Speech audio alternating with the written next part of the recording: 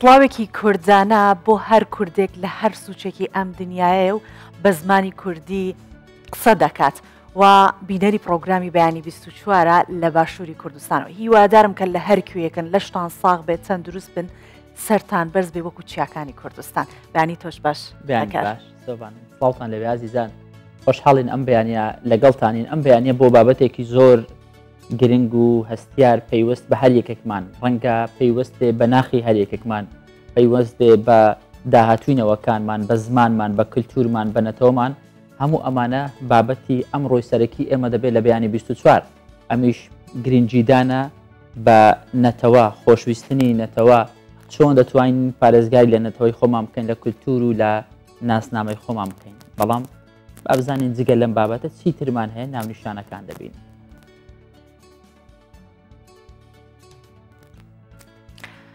ئەنتیکەخانەی لە بزێڕین لە کۆیە نزیکی 2000 پارچەی مێژووی کەلەپوری لە خۆی گرتووە.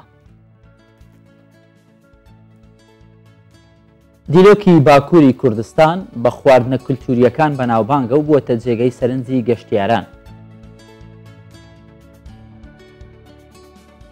لە دیاربەکر خواست لەسەر خواردنی کۆکەرێج زیادی کردووە.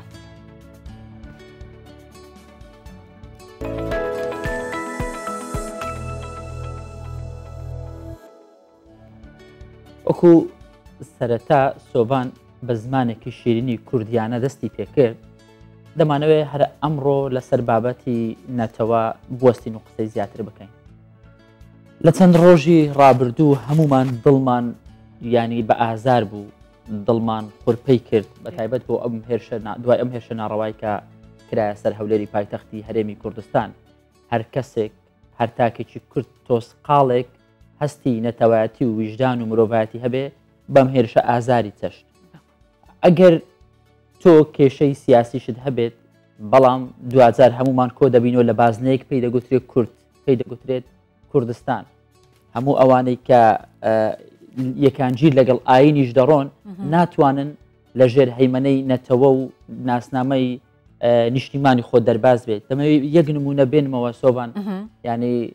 پێغەمبەر محەممەد درودی خوای لەسەر بێت کاتێک لە مەککە وەدەندنرا، ینی تووشی کێشە بوو لەگەڵ کافرەکان لە مەککە چوە دەرەوە، بە حەسرەتەوە تەماشای خاکەکەی خۆی، شارەکەی خۆی، ئەو شوێنێتیدا لەدایک بوو کرد و ئاهی هەڵکێشا و گوتی ئەگەر ناسار نەبم قەت ئەو شوێنم جێ نەدەهێشت کە خۆشترین شوێنی سەرزەمینە لە لامان. ینی پەیامبەرێکی وا گەورە ئەم قسەیە بۆ نیشتیمانەکەی بخۆی بکات. ئەمە بۆ هەر یەکێکمان بەڕاستی گونجاو و زیاتری شە دەبێت پەیوەست بین بە نیشتیمانەکە. بەڵێ بێگومان جا لە کاتێکدا کە تۆ بزانی بە ناڕەوا هێرش دەکرێتە سەر، دوور لە هەموو ئەخلاقێکی سیاسی، دوور لە هەموو بەهایەکی مرۆڤایەتی، ئێستا جیهان بەرەو گفتوگۆکردن ئەڕوات، جیهان بەرەو کاری دیبلۆماسی زیاتر، وەسەکۆی قسەکردن زیاتر، تەواوەتی ئەتوانین بڵین بە تەواوەتی زۆربەی کێشەکانی جیهان ئێستا هەوڵە درێت لە ڕێی گفتوگۆ قسەکردنەوە چارەسەر بکەێت و دوور بکەوینەوە لە شەڕ و ماڵوێرانی و خوێن ڕشتن، بە تایبەتی لە ماڵێک کە خەڵکی سڤیلی تێدایە کە دوورە لە هەموو ئەو پاسا و بیانوانەی کە بۆی ئەهێنرێتەوە کە ڕەوایەتی بەو کارە نامرۆڤانەیە بدرێت. بێگومان ئەمە هەڵوێستەی بەرامبەر وەرەگیرێت. وەک هەکار ئاماژەی پێکرد، هەر تاکێک لە ئێمە کە هەستی نەتەوایەتی لە ناخمان بێت، هەستی مرۆڤ بوون لە ناخمان بێت، بەرامبەر بەم کردەوە ناڕەوایە بێگومان هەڵوێستە وەرەگرێت. وەک دەشبینین کە لە شار و شارچکەکانی هەرێمی کوردستان هەڵوێستەکە لە ئاستی ناوخۆ بۆ هاوڵاتیان ئەوە بووە کە گردبوونەتەوە یاخود با بڵین گردبوونەوەی ناڕەزایەتیان ئەنجام داوە و دێنە سەر شەقامەکان و ئاڵای جوانی کوردستان، ئەو ئاڵا پیرۆزەی کوردستان کە بە خوێنی هەزارها شەهید تا ئێستا گەیشت و شەکاوە بووە ئەو ئاڵایە بەرزەکەنەوە. ئێمە هەکار نەتەوەیەکین، نا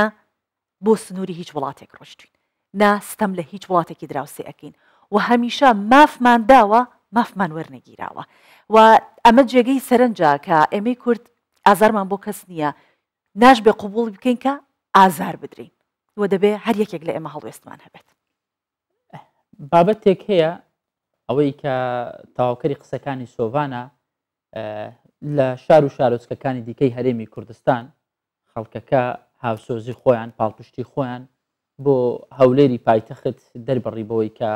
گرتبوونەوەی ناڕزاییان دژی ئەم هێرشە موشکیانە بۆ سەر هەولێری پایتەخت ئەنجامدا. دوێنێش سەرجەم پێکاتەکان لە ئیدارەی سەربەخۆی زاخ و بەشداریان لە خۆپیشاندانێکی جەماوەری کرد وەک دەربڕینی ناڕزایەتی و سەرکۆنەکردنی هێرشەکانی ئێران و ئەم موشک بارانکردنەی ماڵی پێشڕەو دزەی کە لە هەولێری پایتەخت. بەڵێ بێگومان ئەم ناڕزایەتیانە فراوانترە بن ڕۆژ بە ڕۆژ شار و شارچکەکان تەنانەت کۆمەڵگە و هەروەها ڕێکخراوە مەدەنیەکانیش هەر کامێکیان بە پێی ئیش و کاری خوان گرتبوونەوەی جیاجا ئەنجام ئەدەن. جا لە درێژایی پرۆگرام زیاتر باسیەکەن بەس ئەوەی کە تایبەتە بە زاخۆ ئەوەیە کە هەوڵاتیانی زاخۆ دەڵێن کە ئەو کاری کراوە دژی مرۆڤایەتی و پێکەوە ژیانی ئاشتیانەیە.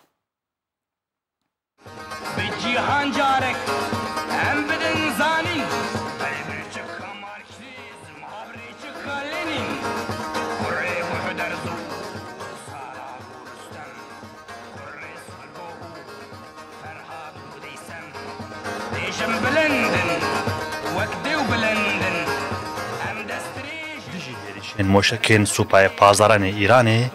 بۆ سەر هەولێرا پایتەخت هاتنە دەنگ.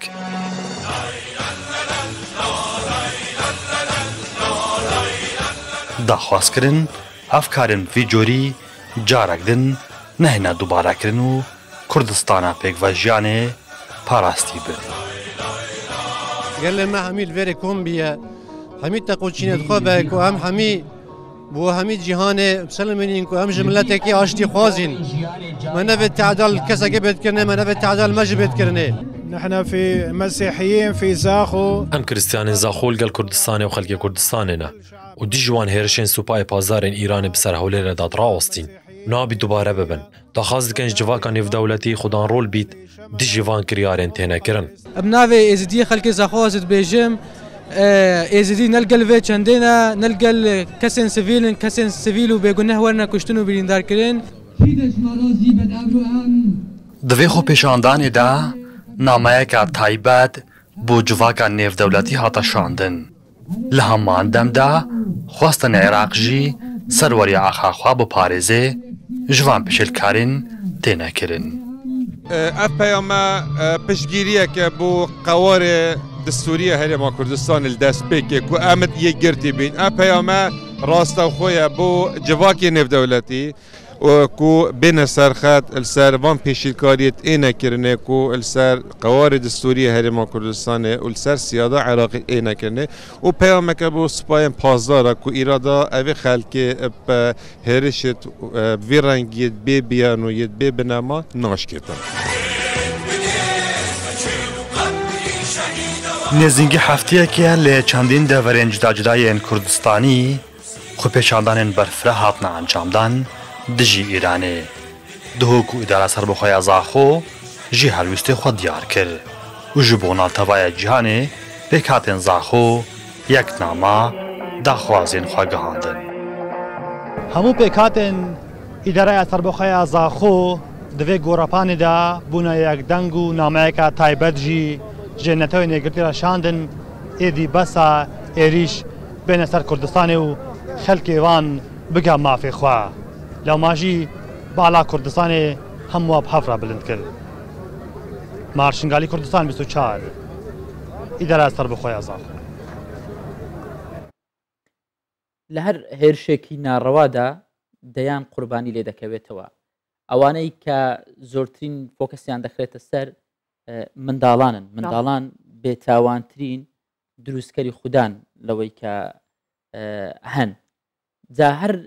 لەم هێرشەی کە کرایە سەر هەولێری پایتەختی هەرێمی کوردستان قوربانی منداڵی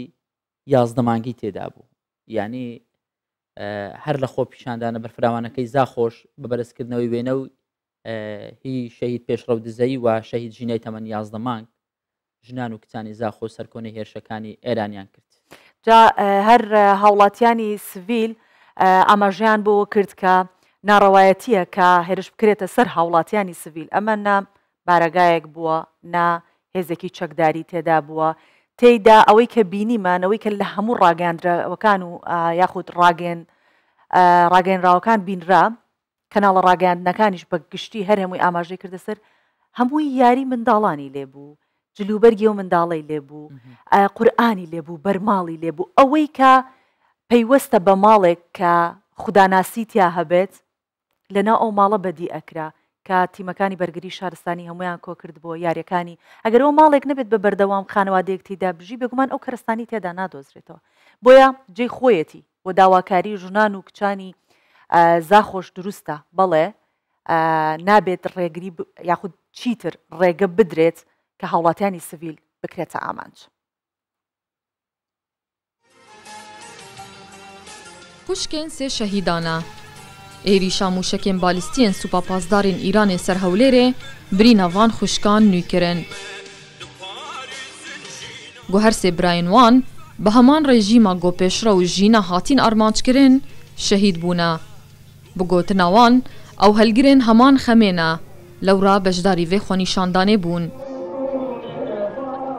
Daxwaziş dewroberê me bikem van hêrişal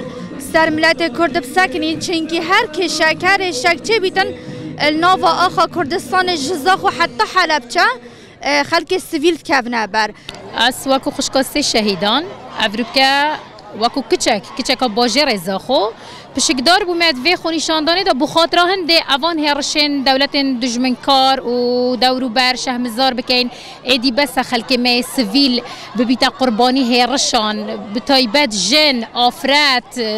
zarok. Birîna li Hewlêrê ketî Zaxo jî êşand û ji bo şermezarkirina vê tewana hatiye encamdan piçûk û jinên Zaxo berî mezinan meydana xwenîşandanê germ kirin. Em wekû kîçet Kurd wekû afret peyama bû hemî cîhanê bû ênê bû netewên êgirtî bû hemî welatên dinyayê diyar dikin em bêjne em miletekê aştî xazin em mazlûmin çi cara me em ne zalimin em mazlûmin em bêjne hemî gela hînçên me bikûçin rasta hîn zilhêzin bes îrada milletê me zilhêztir eşya her kesekê dî. Vêre amode bûne dakû hêrişên Îranê ew dijminê xwe hemiya şermizar bikin eger Îranê dewlet û sîlah û ev tişte hebin me milletê Kurd îradeya hey me êgirtina hey em hemî êk destîn û çi cara çi dijmin neşêne me. Jin û zarokên bajarê Zaxo berî her kesî nava vê gorapanê de amade bûn û nerazîbûna xwe beramber her hêrîşeka got sivîl dibine qurbanî derbirîn. Neviyên pira delal bi hemî pêkhata û texûçînên xwe piştevanî li qurbaniyên Hewlêrê dikin û bi dengekê bilind daxwaz ji komelgeha nêvdewletî dikin got êdî bila sivîl û bêguneh nebine qurbaniyên hêrîşên Îranê. Hevrist Recep, Kurdistan 24, Zaxo. بەڵێ هەروەک ئاماژەمان پێکرد ئەم گردبوونەوانە تەنیا بۆ چەند ڕۆژێک نییە و کۆتایی هاتبێت بەڵکو بەرفراوانەوە ڕۆژ بە ڕۆژ کاردانەوەکان زیاترن ئەوە دەیبینین لە ئاکرێش بە هەمان شێوە لە بەردەڕەشیش بە هەمان شێوە هاوڵاتیان ئەمڕۆ بەتەمان ئامادەکاریەکەن بۆی کە گردبوونەوە ئەنجام بدەن هەکار. جا بۆی زانیاری زیاتر تایبەت بەم گردبوونەوەی و جەماوریەی کە ئەمڕۆ بڕیارە لە ئاکرێ و بەردەڕەش دژی هێرشە موشکەکەی سەر هەولێری پایتەخت ئەنجام بدرێت زانیاری زیاتر لە پەیامنێرمان ئاری حوسێن وەردەگرین. ئاری سڵاو دەبێ بەیانیت باش ئەم گردبوونەوەی کەی دەست پێ دەکات و لەکوێ بڕیار وای ئەنجام بدرێت. بله هکار سووان افروکا الویجی آن کد نوا وی جاده دا کو وگو عملینا کد بجنه جاده نوا دورا کانیمام کروکت نوا سنتر قضا کرده کو جاده کا گلک برفره بو دو آلیان دریج بیته و د جماوری هر دو قضاین آکری و بردارش لیره خربه بیتن و لجر دروش می اراده و مچیا بموشک و هرشان نه هجیتن خلق آکری و بردارش د خربه بونو دلویره ایدانا هرش کمار اسلامی ایران کن یا کو بریا چند روزان بو سر حوله پایتخت هرم کردستان هاتی انجام دان و ناودا هند کسین سویل بوینه قربانی دیاره کو گلک پاواکی برفره و گلک پاواکی باش افروکل ویره با آماده کاری تاتی نکردن وقت ما گویی کو دروش میوه خربونا جماهیری افروکا هر دو خلکن هر دو قضاین آکری و بردارش دل جر دروش می ایراده و مچیا به چهرش و مشکان ناجتن وی آوای دخلک الویره خرب بیتن وقت کو سرپرشتیارن و خونیشاندانن کو خربونا افرو مداینه دیار کردن افروکا و دل ویره او خلک کو آماده بیتن حمید آلاین کردستان حل گرن به دروش من جدا جدا او د ایدانه و هرشانه کن جبروی چند جی افروکا خلک هر دو قضاین آکری و بردارش الویره خرب بیتن جبر کو بو گلک چالاکین خوین گردای پرزیدنت تایبتی جی نتوایی و بو هر پرسکادن خلک هر دو قضاین آکری و بردارش به هفروان چالاکین هنید گرن و دو قضاین جک نزیکن دالیا کی دیجا مدت بحثاوین دی بکم کو جبر وی چند دیجی اف جاده و نوا کانی مام کروکی هاتی هب جاردن جبر کو جاده که گله که برفره ایدی تچاواره کرن که افروکا زیادتری 15000 کس الویره آماده بنو اتناوا دروش من خواهن جدا جدا ده و پیام جدا جدا ایدی او ایدانه هرشا کمارا اسلامی ایران بکن یا کوبو سر حولی راحتی انجام دان اتناوا ده 4 کس آنکو چند کس که سیویل بوینه قربانی شهید کتین جبر کو ایدی خلق آکریجی افروکات بیتن خلق برداشت بیتن ایدانه ویرش بکن جبو چند کو ایدی اگر کوچنه بیتن ایران لسروان هرشن خوایا کو بریا چند روزان بو سر حولی ر انجام دایی یا بردام نبیتن دیاره کو وگاوی آماده کاری تمامیت هاتی نکردن ام چوارد کن کو ایدی حل پشتی دم جمیر نه کو خو بریار دم جمیر دهه بیت دست بکرن حل پشتی دم جمیر نه ویرا تجی بیتن جخل که هر وگاوی کو ایدی سپیده زوی 82 دم جمرت ماین بو دم دست نشان کریه برای چونا خوین شاندانه خلک که زور ویرای آماده بیتن جوی چند کو افریقا بجدار بیتن و پیام خلنا و گوراپانه دا کما گوتی کو بجن گوراپانا کانی مام کروکت نوا سنتر قضا کرده الهم بر وهر شهنه و کمارا اسلامیا کردستان کمارا اسلامیا ایران راب گینیتن بله سپاس دکین هاوکارمان عاری حسین لە ئاکرێەوە لەگەڵمانی بێگومان تاو ساتەی کە هاوڵاتیان هەمووی گردەبنەوە دەچینە ناو گەشتی هەواڵەکان لەو کات زیاتر لە ڕێی دەستگای میدیایی کوردستان 24ەوە ئەو خۆپشاندانە خۆت ئەو گردبوونەوەی نەڕەزاتیە نیشانی نەک تەنیا خەڵکی کوردستان بەڵکو تەواوی جیهان دەدرێت. بابەتێکی دیکە هەیە سۆڤان ینی ئێمە ئەگەر نەتوانین بە هێز ڕوبەڕووی ئەو هێرشانە ببینەوە کە دەکرێتە سەر شارەکانی هەرێمی کوردستان و هەولێری پایتەخت بە تایبەتی دەتوانین بە هەندێک بابەتی دیکە قەرەبووی ئەم باسانە بکەین و لەو تارەکەی جەنابی سەرۆک ینی لە بڵاوکراوەکەی جەنابی سەرۆک دوای ئەو هێرشە موشەکەی سەر هەولێری پایتەخت ئاماژەی پێدا ڕەنگە بتوان لە ناومان ببن بەڵام ناتوانن ئیرادەمان بشکێنن بەڕاستی هەرواشە جا ئیرادە کۆمەڵێک شت دەگرێتەوە یەکێک لەوان بایکۆتکردنی کاڵاکان ئەمەش دەچێتە چوارچێوەی ئیرادە تا چەند دەتوانین کەلوپەلەکان بەکار نەهێنین ینی بایکۆتکردنی کاڵای ئێرانی لە بازاڕەکانی هەولێر دەستی پێکردووە بازرگانان و هاوڵاتیانیش بە دوای کاڵای جێگرەوەی کەلوپەلی ئێرانیدا دەگەڕێن. جا هەر بەشێک لە بازرگانەکان ئامادەن کاڵای وڵاتانی تر هاوردە بکەن لە بەرامبەردا کاڵای ئێران هاوردەنەکەن ئەم بڕیارە پاش ئەو هێرشەی ئێران کە دەیکاتە سەر هەرێمی کوردستان دێت و هاوڵاتانی دەڵێن کە ئەگەر نەتوانین هێرشەکانیان ڕابگرین بێگومان ئەتوانین کە کەلوپەلەکانیان بەکار نەهێنین ئەمەش بێگومان ئەتوانین بڵین لە ڕووی بازرگانی و ئابووریەوە زیان بە ئێران دەگەێنێت. لە دوای داواکارەکەی ژووری بازرگانی هەولێر بایکۆتکردنی کاڵای ئێرانی لە بازاڕەکانی هەولێر دەستی پێکردووە. بەشێک لە وڵاتیان و بازرگانانیش بە دوای جێگرەوەی کاڵای ئێرانیدا دەگەڕێن. دوکانداران و فرۆشیارانی ناوبازار باسلەوە دەکەن خەڵک کە کاڵا دەکڕێت پرسیار دەکات داخۆ ئێرانیە یان نا. بەخۆی کاڵی ئێرانی زۆر متەوفیر نییە لە بازار بری یعنی هەوڵە پێگەچی بەهێزیە یعنی بابەتە خەفیفەکانی هەیە مەسەلەن هەندێک بابەتی شیرنەمەنی هەیە وەچی مەسەلەن ماستی هەیە دۆی هەیە باغی هەیە ینی موادی پلاستیکی و هەندێک بەس لە ڕووی خواردەمەنیەوە زەعیفە. هاوڵاتیان بە فراوانی بابەتی بایکۆتی کاڵای ئێرانیان وەرگرتووە و داوای جێگرەوە لە بازرگانان دەکەن بۆ ئەوەی کاڵای ئێرانی نەکڕن. خەڵک زیاتر سیقە و ئەوەی بە وڵاتانی ئەوروپی هەیە لە موادی شیرشتووە لە بابەت کە نازانم بەس لە موادی مە شیر ئێرانی ناڕوە ئەگە بەر سعرێک بی زیاتر هۆڵندی و فەڕەنسی و بابەتانەیە ماگانە دێ باید چەندی دەفتە دۆلار شت لە من دەکرێت ئەم لام لێت ناکڕم کەواتە چۆن کاریگەری نابی چەندەها کارگە هەیە تۆ سەیری کاکە بینە بەرچاوی خۆ چەندها کارگە هەیە لە ئێران چەندها دەستی کار تێدا ئیش دەکە کە ئێستا تو لێی ناکڕی کۆمەڵە کەسێک کۆمەڵە گەنجێک بێکار دەبی کاتێک کار دەبێت حکومە دەبیت چاو بە پلانەکەی خۆدا دەشکێنتەوە. لە دوای هێرشەکەی کۆماری ئیسلامی ئێران بۆ سەرماڵی بازرگانێکی هەولێر و بە ئامانجگرتنی سەرمایەداران و بازرگانان لە پێشتردا ژووری بازرگانی هەولێر داوا لە هاوڵاتیان و بازرگانان دەکات کاڵای ئێرانی بایکۆت بکەن. بایکۆتکردنی کاڵای ئێرانی لە بازاڕەکانی شاری هەولێردا دەستی پێکردووە لەلایەک بازرگانان بایکۆتی هاوردەکردنی کاڵای ئێرانەکان دەکەن و لەلایەکیش هاوڵاتیان بایکۆت دەکەن هەردوو لا بەوە مانجەی کە فشارەکان بۆ سەر ئێران ئەنجامێکی هەبێ لە بەرامبەر هێرشەکانی بۆ سەر هەرێمی کوردستان. ڕەناس سەعالی کوردستان 24 هەولێر. جا هەکار هەر لەسەر ئەم بابەتە زیاتر ئەمێنینەوە چونکە ئیتی لە ناو بازاڕەکانی هەرێمی کوردستان ئێمە بەرژەوەندی هاوبەشمان لە ڕووی بازرگانی و لەگەڵ ئێرانە هەبوو بەشێکی بەرفراوان ئەمان بینی هەم بازرگانەکانی ئێمە لەوێ کاڵیان هاوردا کردووە هەم ئەوانیش ئێستا کە لە ئابلوقەیەکی ئابوووریان لە جیهان ناتوانین بڵین بە پەنجەکانی دەست دۆستەکانی ئێران ئەژمێردێن ئێمە دەرگایەک بوون یاخود دەواازەی بووین بەڕووی ئێرانە کرابووینەوە کە کاڵەکانیان لە لای ئێمە ساغ بکەنەوە ئەمە وای کردو کە زیاتر لەسەر ئەم بابەتە بۆستین بێگومان هەر جەنگ و ماڵوێرانیەک لێکەوتەی ئەبێتەوە لێکەوتەکان چ لێکەوتێکی قوربانی گیانی بێت چ مادی و زیانی چۆنەڵێت زیانێکی مادی بەدواوە بێت ئێستا ئەمەی کە ئێران کردوێتی زیانی مادیەکەیشی جگە لەوەی کە لە ناو وڵاتانیش بە گشتی ئیدانی ئەم بابەتاکرێت زیانی مادیشی بەم شێوێ بەرەکەوێت بێگومان جابای کۆتکردن مەدەنیترین کارە ینی دژی هەڵوێستێک ینی تۆ دەری دەبڕی بەڕاستی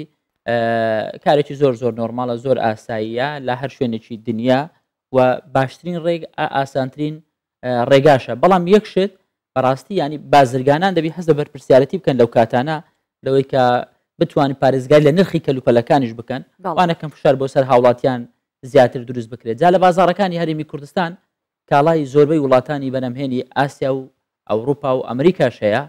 بەڵام وێڕای نزمی بەهای دراوی ئەم وڵاتە و بەهۆی نزمی کوواڵێتی بەرهەمەکانی کەمترین خواست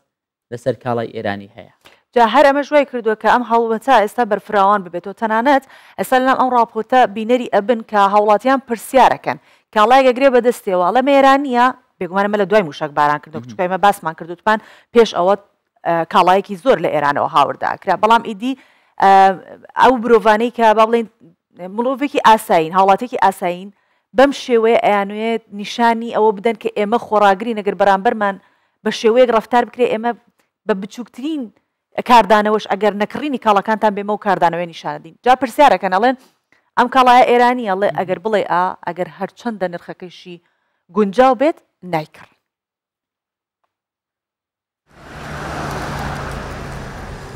لە بازاڕەکانی هەرێمی کوردستان کاڵا و بەرهەمی زۆربەی وڵاتانی دیبەدی دەکرێت کوالەتی کاڵاکانیش بە گوێرەی وڵاتی بەرهەمهێن جیاوازە مکەڕەم 27 ساڵە لەم بازاڕی سۆران فرۆشیارە ئەو جگە لە دوو پارچەی ئێرانی هیچی دیکەی بۆ فرۆشتن نییە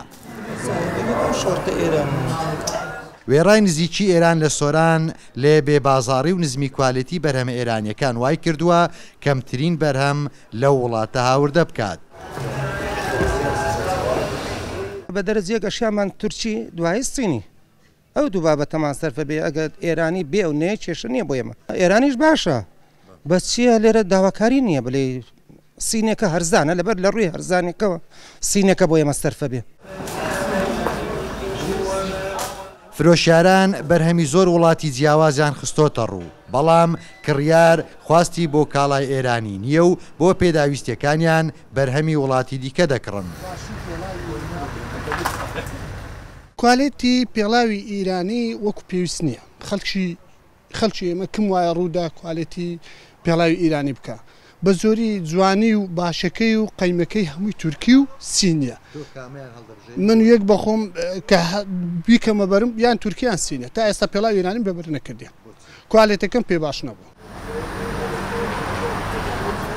لە بازاڕەکانی هەرێمی کوردستان بە تایبەت جلوبەرگ و پۆشاک و پێڵاو دروستکراوی وڵاتانی تورکیا و ئێران و سین و ئەوروپان بەڵام کاڵا ئێرانیەکان نەیانتوانیوە چێبڕچەی کاڵای وڵاتانی دیکە بکەن و کەمترین فرۆشیان هەیە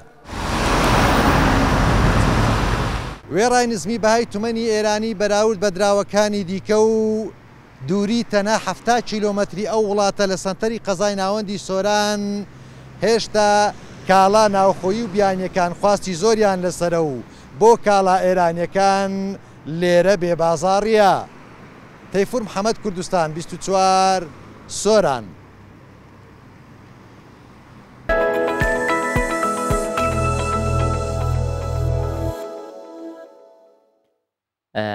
تۆزێک لەم بابەتە دوورکەوینەوە باس لە کەشوهەوا بکەین بزانین ئەمڕۆ کەشوهەوای شارەکانی هەرێمی کوردستان چۆنە هەندێک جار کەشوهەوا ڕەنگە کاریگەری لەسەر ئەم گردبوونەوەیش هەبێت کە ئەنجام دەدرێت ئەمڕۆ گردبوونەوە لە بەردەڕەش و لە ئاکرێش هەیە بەڵام لە زۆربەی شار و شارۆچکەکانی هەرێمی کوردستان بارانە. بەڵێ جا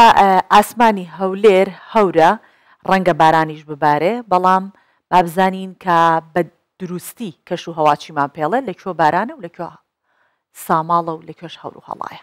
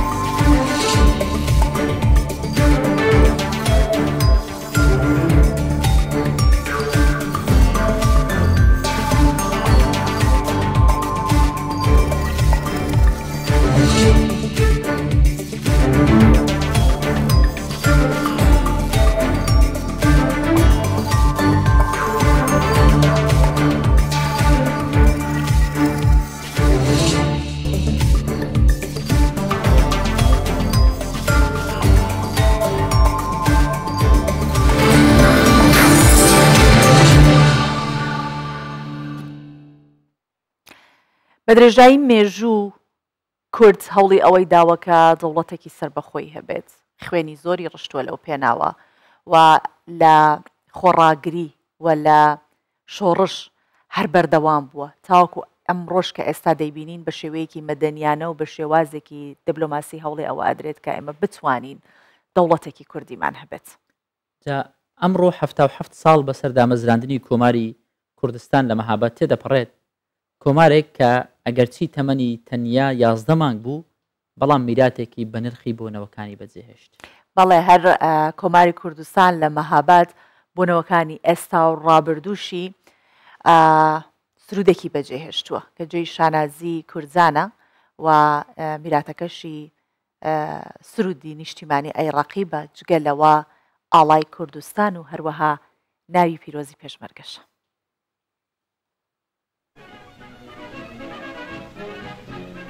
لە ڕۆژی 22 کانونی دووهەمی ساڵی 1946 زایەنی واتە دوی ڕێبەندانی 1325 هەتاوی لە گۆڕەپانی چوارچرای مەهاباد و بە بەشداری زیاتر لە 20,000 کەس یەکەمین کۆماری کوردستان بە سەرۆکایەتی پێشەوا قازی محەممەد ڕاگەیەندرا. کۆمارێک کە گەرچی تەمەنی تەنیا 11 مانگ بوو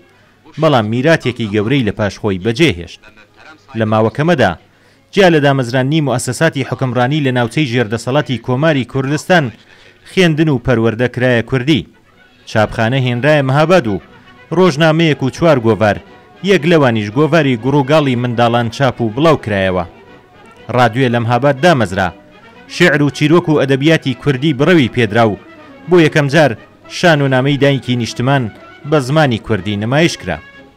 لەشکری میلی کوردستان دامەزرا کە دواتر ناوی هێزی پێشمەرگەی کوردستانی لەسەردانرا و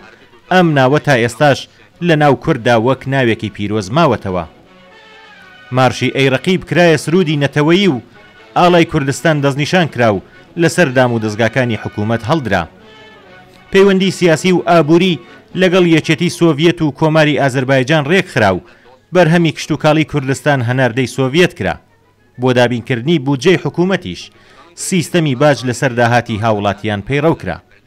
یەکێک لە خاڵە درەوشاوەکانی ئەم مێژووە بەشداری بارزانەکان بەڕێبەرایەتی شێخ ئەحمەدی بارزانی لە کۆماری کوردستان و بەرگری هێزی پێشمەرگەی پێکهاتوو لە بارزانەکان لە کۆماری کوردستان بە سەرۆکایەتی مەلا مستەفای بارزانی بوو، بە شێوەیە کە یەکەم شەهیدی کۆماری کوردستانیش پێشمەرگەیەکی خەڵکی باشووری کوردستان بوو. هەر بەم هوێش بوو کە پێشەوە قازی محەممەد لە پاش ڕوخانی کۆماری کوردستان ئاڵای پیرۆزی کوردستانی بە بارزانی نەمرسپار. ئێستا کە 77 ساڵ بەسەر دامەزرانی تاقانە کۆماری کوردستاندا تێدەپەڕێت وەک لاپەڕەیەکی درەوشاوە لە مێژووی کوردستان و نمونەیەک لە هاوخەباتی و یەکدەنگی کوردان بۆ ڕزگاری و سربەخۆیی باسی دەکرێت. کامیل بۆکانی، کوردستان 24.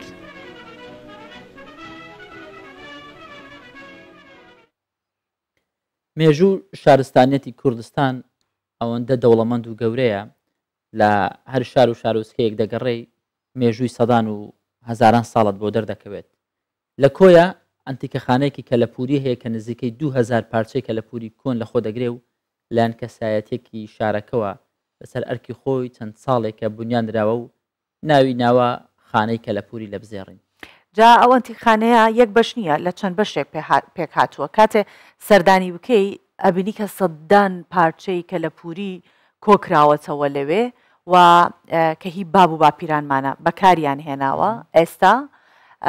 تر بەکار ناهێنرێت، بەڵام لەو ئەنتیکە خانەیە سەرنجی میوانانی ناوخۆ و بینانیش بۆ خۆی ڕائکێشێت هەکار. جا سەرپەرشتیارەکەی دەڵێت پارچە نمایشکراوەکان کە لە پورین خۆمان لە پارچەی شوێنەواری پاراستووە، چونکە ئەم پارچە شوێنەواریانە ئەمانە مڵکی دەوڵەتە، دەبێت لەلایەن دەوڵەتەوە هەڵبژیری و پارێزگاری لێ بکرێت.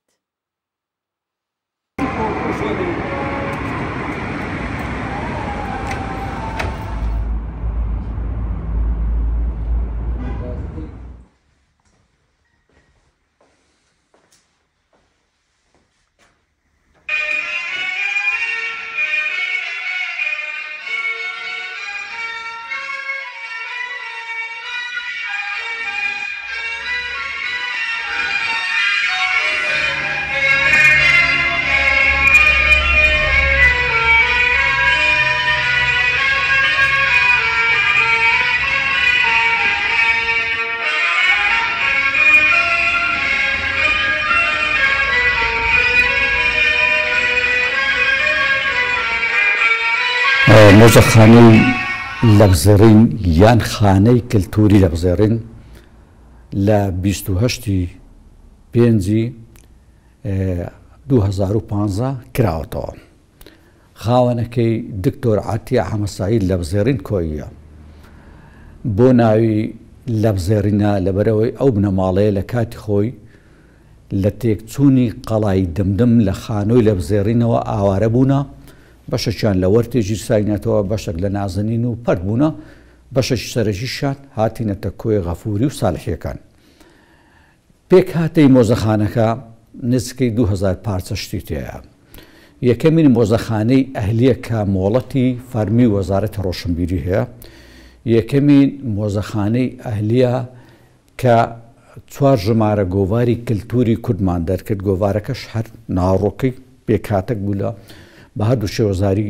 کرمانجی سەر و خوارەوە، پێکهاتەک بوو لە باسکردنی کەلەپور و کەلتورەوە بەگشتی. سەبارەت بە بەشەکانی مۆزەخانەکە، بەشەکانی ناتوانین بەوری دەستنیشانیکەن، بەڵام دەکرێت بڵێن بەشی گۆزەکاری، بەشی ڕێژە و پێژە، بەشی جوانکاری، بەشی ڕاوڕاوەشکار، بەشی کاری ژنان، بەشی منداڵان، بەشی کشت و کاڵ، بەشی مۆسیقا، بەشی کاری دەستی. کەلەپور بەداخۆ زۆر کەس کەلتور و کەلەپور تێکەڵاوە کە دوو جیهانی زۆرێک جیازن. کەلەپور هەندێکی ئەوەی دروستکراوی خۆمانی و کورد دروستکردو و کورد بەکاری هێناوە، هەندێکی دروستکراوی ئێمە نییە، بەڵام ئێمە ساڵانێکە بەکارمە. بۆ نمونە سەماوەر، سەماوەر ئێمە دروستمان نەکردووە، هەروشەکە وشێکی ڕووسیە، بەڵام هاتۆتە ناو فەرهەنگی کوردی لە بەوەی کابانی کورد لە بەریدانیشتەوە ساڵانێکە ڕۆچۆتە ناو ئەدەبیاتی کوردی بڕنەوە بە هەمان شێوە. دایان پارچە شتمان هەیە، فانۆس کورد درستی نەکردووە سەرەتا بەڵام بۆتە ئەدەبیاتی کوردی کەواتە پێکهاتەی مۆزەخانەکە بەشێکی ئەوانن کە کورد درستی کردو و کورد بەکاری هێناوە بەشێکی کەمی ئەوانن کە کورد بەس بەکاری هێناوە هاوردەیە مۆزەخانەکە خۆی لە شوێنەوار نەداوە شوێنەوار و کە لە پور دوو جیهانی لێک جوایازن دوو زەمانی لێک جوایازن لەبەر ئەوەی شوێنەوار لە دنیا مڵکی گشتیە مڵکی حکومەتە بەشی کشتتوکاڵ لێرە ڕەنگە 56 ئامێری تێدابیان کەرستێک تێدابیان دروستکراوی تێدابیان ئامراز تێدابی هەمووی بۆ کشتتوکاڵی سەردەمی دەست بەکاردێ پێش سەردەمی تەکنەلۆجیای کشتتوکاڵ کەواتە هەمووی باو باپیری ئێمە دایک و داپیری ئێمە سوودیان لەوانەوە گرتووە کە ئەلێرە هەن بەشەکانمان بەگشتی لێک زیاد کردەوە بە پێی توانە بۆ ئەوەی چین لەگەڵ یەک گونجاندنیان بۆ بکەین خەڵکی بیانی زۆر لێنێرە ئەو هەر نازانن خەڵکی خۆمانیش سێنەوەی لابڕایە لەو شتانە ئەوانیش هەر نازانن لەبەرەوە ناچارین هەر کەسێ دێت ئێرە دانە بەدانە پێناسەی بۆ بکەین ناوەکەی چییە لە چی دروست کراوە تەمەنی چەندە بۆچی بەکار هاتووە بیانیەکان کە بە گەشت دێنێرە بە گروپ دێن زۆربەی کۆنفرانسەکانی زانکۆش زۆر بازار دوا ڕۆژی کۆنفرانس میوانەکان دێنێرە لە باخچەی ساوایانەوە تا دەگاتە خوێندکارانی بەشی شوێنەوار و مێژوو زمانی کوردی زۆر بەیان دێنێرە بۆ بابەتی لێکۆڵینەوە و توێژینەوەش زۆربەی خوێندکارەکان لێرە سوود وەرەگرن زۆر کەس کە دێنێرە هەر خەڵکی ئەو دەوروبەری خەڵکی کۆیە دەڵێن کورە خۆ من ئەوەم هەبوو لە خان و کۆنەکە بە زمان هێش ڕزی خۆ ئەمەمان هەبوو هەڵماندا قەتع چۆلەکەی تەنیشتمان خۆ ئەمەمان هەبوو فڕێماندا یان دامانە فڵان کەس چما ئەوە قیمەتەی هەیە ئەو نەخۆتان پێوەماندی کردووە کەچی من مافورەکانی خۆم فڕێدا جازمەکانم فڕێدا بەڕەکانم فڕێدا هەمووی کە دێنێ ئێرە وریا دەبنەوە کە بەڕاستی ئەوە گرنگە بەڵام هێشتا نەگەیشتوونە لە 180 ئەو بیانیانەی دێن ئێرە ئەوان قیمەتیەوە دەستن بڕاتەبی پار ژن و پیاوێکی ئەمریکیاتن بە تەمەەن بوون پیاوەکە قسەی کردەوانە مش قسەم بۆ کرد پیاوەکە پێکەنی و تۆ من ناناسیەوە ئەوە دووەم جارم لە ئەمریکاوە بێمە ئێرە جارش هاتومێت تۆ من نەناسیەوە ئەوەندە سەرسامی ئەو شتانەمە کە پاراستونتە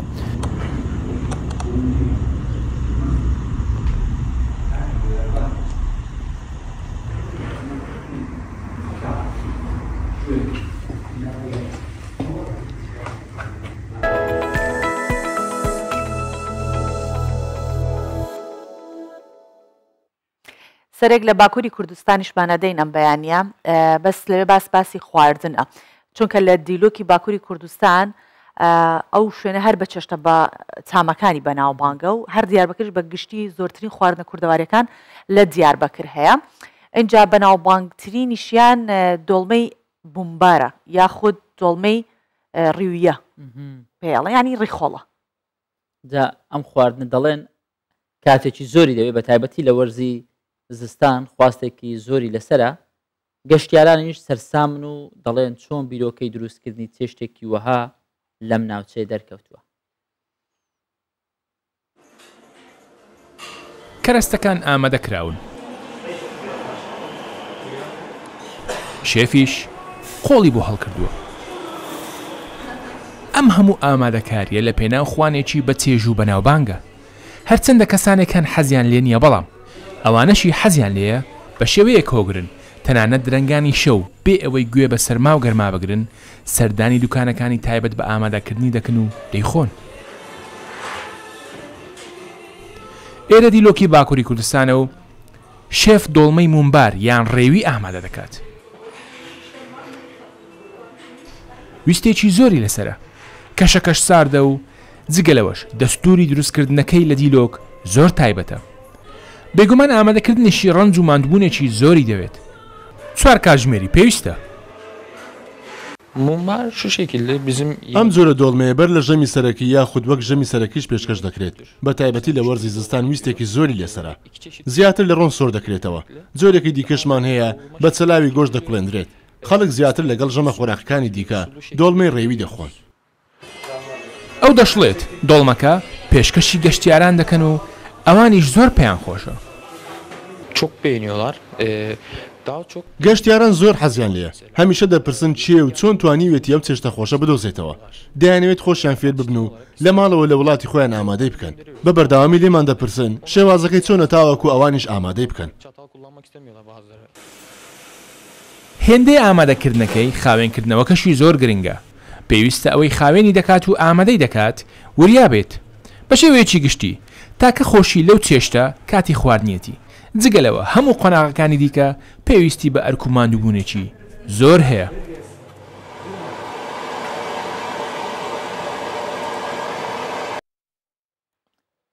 سۆبان ئەمەشیان هەر پەیوەستە بە خواردن ئەم بابەتە خواردنی کۆکەرێت کە لە ڕیخۆڵی بزن و مانگا دروست دەکرێت باسی ئەو دەکەین. بەڵێ جا هەر باسەکە ئەو بۆ کەسانە زیاتر چێژ بەخشە کە حەزیان لە سەروپێ و پێکاتەکان و ڕەفیقەکانی سەروپەیە.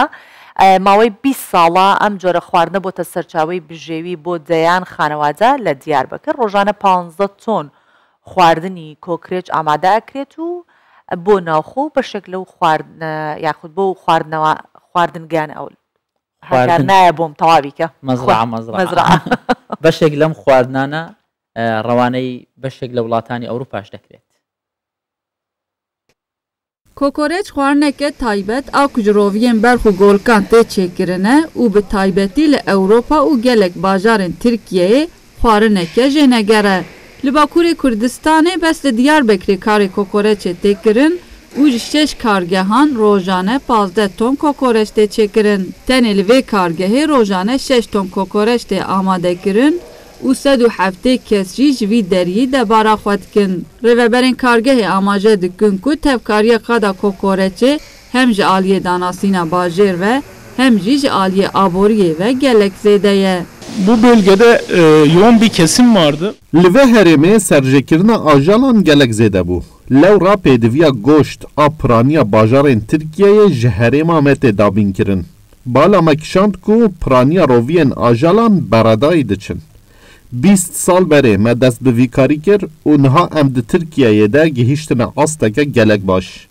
Di serî de Almanya, İspanya û Makedonya em ji bo hemû welatên Ewropayê hinardeya kۆkۆreçê û berhemên din ên ku ji roviyan tên çêkirin dikin.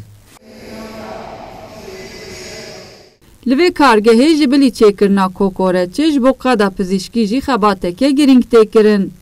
Rêveberên kargehê ji bo vê qadê ji Moğolistanê pispor hanîne da ku li herêmê pisporên çêkirina tayên neştergeriya hinavan perwerde bikin.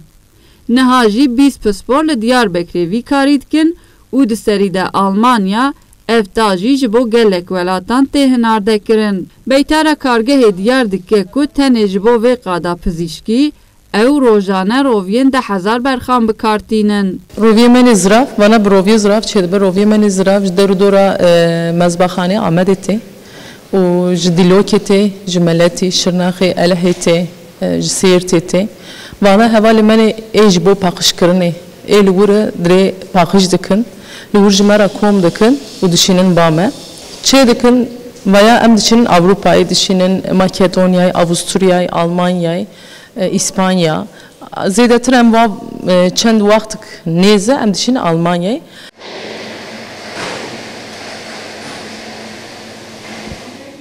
Şeş kargehên Diyarbekirê ji sedîseyê kۆkۆreça Tirkiye û Bakurê Kurdistanê dabîn dike.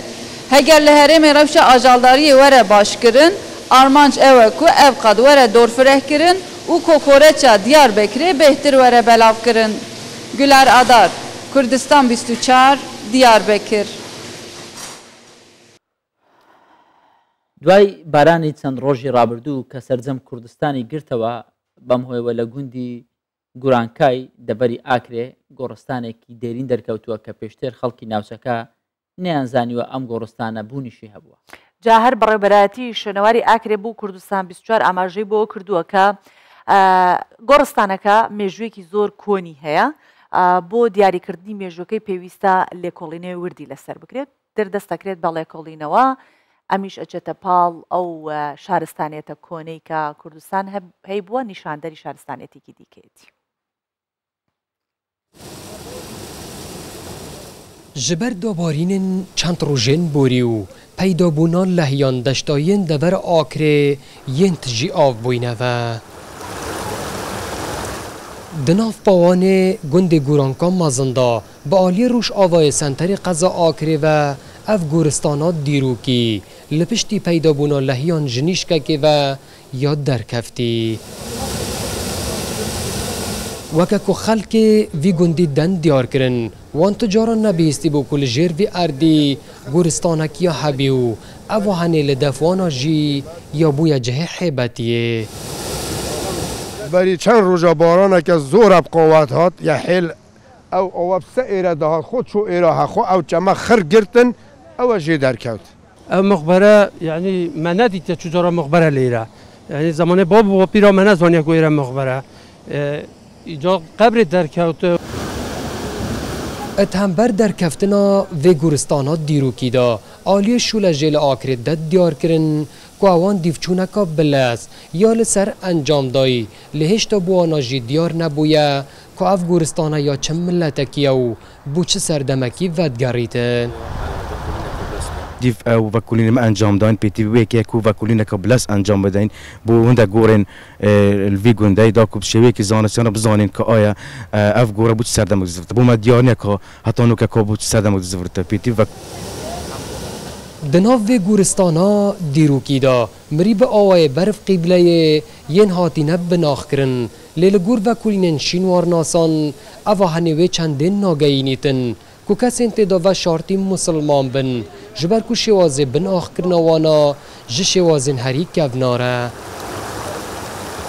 کو لگور وی شوازه خواه بن آخ کرنا مریان بیتن ایدیاف گورستانا که دیروکیا گلکا کوناره جبر کو وقت هیتا گوتن حتی کو بریا 2000 سالانجی وی شوازه هایی الوی دوری مری نهاتی نه بن آخ کرن